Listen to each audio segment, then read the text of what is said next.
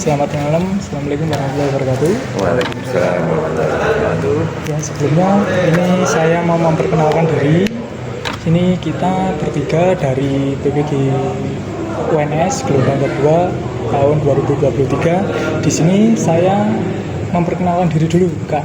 Ya, perkenalan, nama saya Raffi Asjad Kusuma Zaman. Dan ini teman saya Rizky Berluda. dan yang satunya lagi ini Saya Rizky Nabil Hermawan. di sini saya akan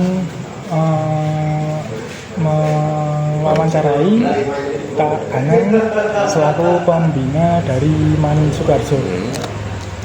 Ini langsung saja atau gimana, Kak? Langsung. Oh, bisa. Ini pertanyaan yang pertama ya, Kak ya.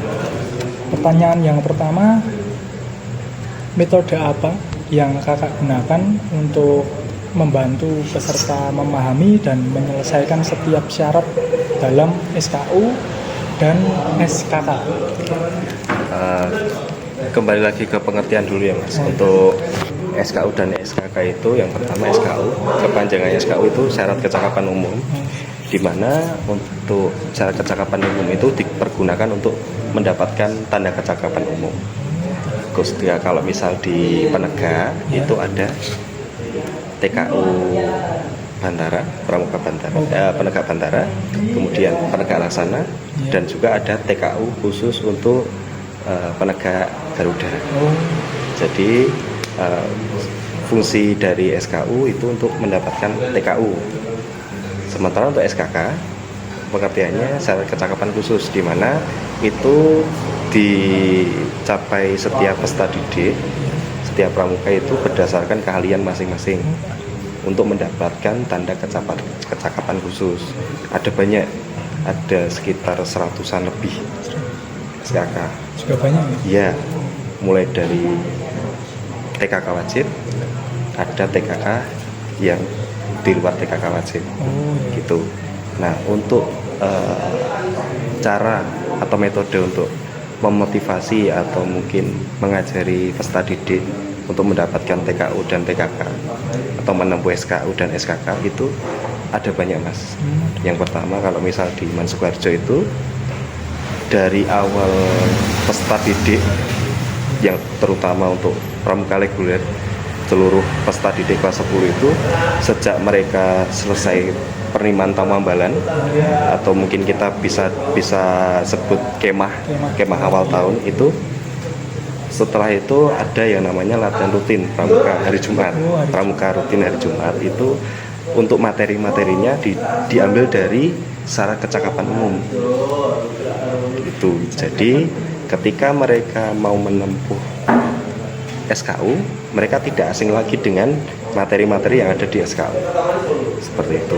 Dan untuk SKK mungkin perlu pendekatan khusus, dikarenakan untuk SKK itu ditempuh ketika seorang pramuka sudah mencapai kalau penegak sudah mencapai pramuka penegak Bantara.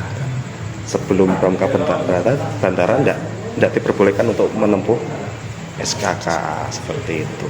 Jadi kita perlu pendekatan khusus, dijelaskan apa fungsi TKK, bagaimana dan kepada siapa pengujiannya.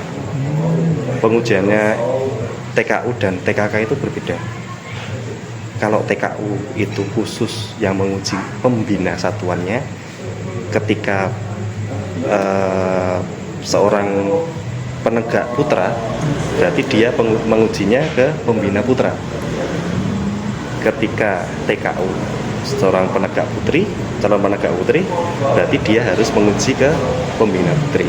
Tapi untuk yang TKK itu dipermudah, tidak harus pembina, tidak harus putra putri, bahkan semudah ketika kita mau mencapai TKK memasak, kita semudah menguji keahlian kita untuk TKK memasak ke orang tua kita, mungkin ibu atau bapak, seperti itu.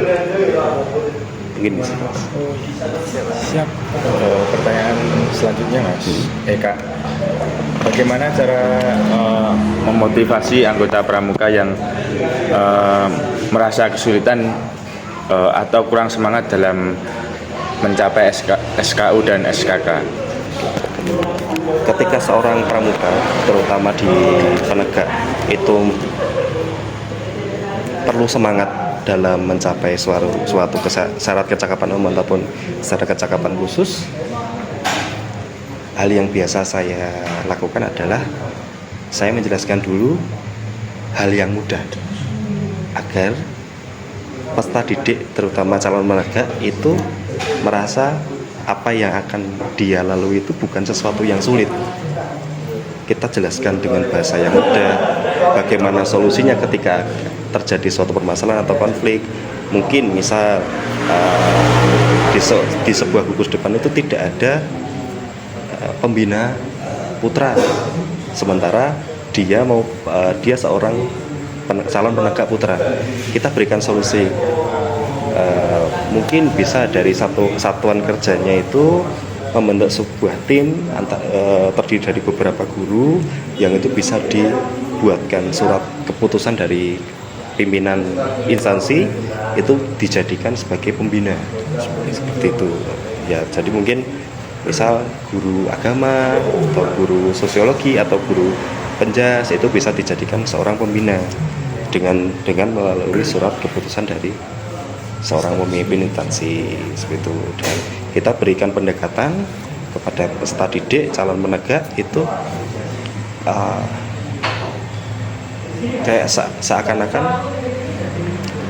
menjadi seorang penegak bantara ataupun menempuh tanda kecakapan khusus itu bukan sesuatu yang susah, itu mudah dan gampang untuk dicapai. Justru yang sulit itu bukan cara mendapatkannya, tapi cara menanggung beban tanggung jawabnya. Seperti itu. Itu sih Mas.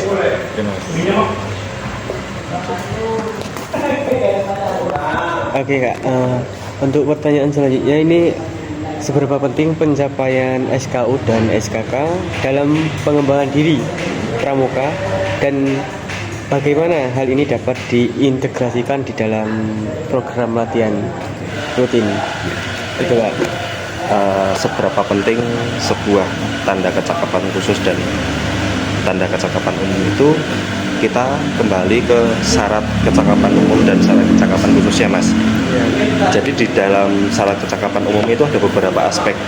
Ada aspek keagamaan, ada aspek kenegaraan, nasionalis, patriotis, ada kebinekaan, dan bahkan sejauh tentang kesehatan itu ada, tentang sosial antar masyarakat itu ada.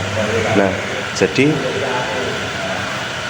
feedback yang didapatkan ketika seorang penegak itu mencapai seorang penegak bantara setelah melalui syarat kecakapan umum itu diharapkan seorang penegak itu bisa beradaptasi baik di masyarakat ataupun di satuan pendidikan seperti itu. Jadi untuk implementasinya di program latihan rutin itu, kalau demand ketika seorang penegak itu sudah disahkan atau dilantik menjadi seorang penegak bantara, itu mereka diperbolehkan untuk yang pertama menjadi dewan ambalan atau dewan penegak. Kalau misal di pramuka penggalang itu biasa disebut dewan penggalang atau mungkin pramuka inti itu. Jadi mereka jadikan pengurus, dan dari mereka jadi seorang pengurus mereka bisa menjalankan program-program dari sekolahan, mungkin kema ataupun pelantikan atau bahkan mungkin lomba-lomba itu. Kalau untuk program rutin setiap minggunya atau setiap bulannya mereka menjadi penanggung jawab dari pramuka reguler seperti itu. Pramuka reguler setiap Jumat gitu. Itu Mas. Ya. Berikutnya, sekian Kak ini wawancara dari kita bertiga. Kurang lebihnya saya mohon maaf sama teman-teman. Assalamualaikum warahmatullahi wabarakatuh. Waalaikumsalam.